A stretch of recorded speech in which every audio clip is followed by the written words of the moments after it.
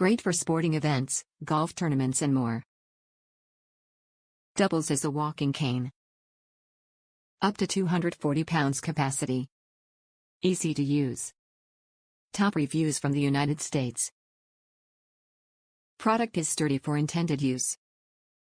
Mostly, I intend to use this for walking-only golf courses, in which benches and seating areas are roped off. For use on grass, it is plenty sturdy.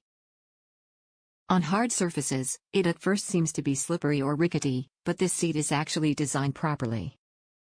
If you study the way that the seat portion is suspended, it would tend to pull the legs inward, that is why it might seem rickety. When used on turf, such as on a golf course, the legs will catch, and the seat will be sturdy. When used on hard or slippery surfaces, the legs are designed to spread, so that all four make contact. To do this, simply push down on the front and back supports, as you are sitting down. Then all four legs will make contact, and once you sit down, the four legs remain planted. Of course, you should keep your feet flat on the ground. At first, I was tempted to start sawing away, adding my own crutch tips, modifying, etc. Not necessary.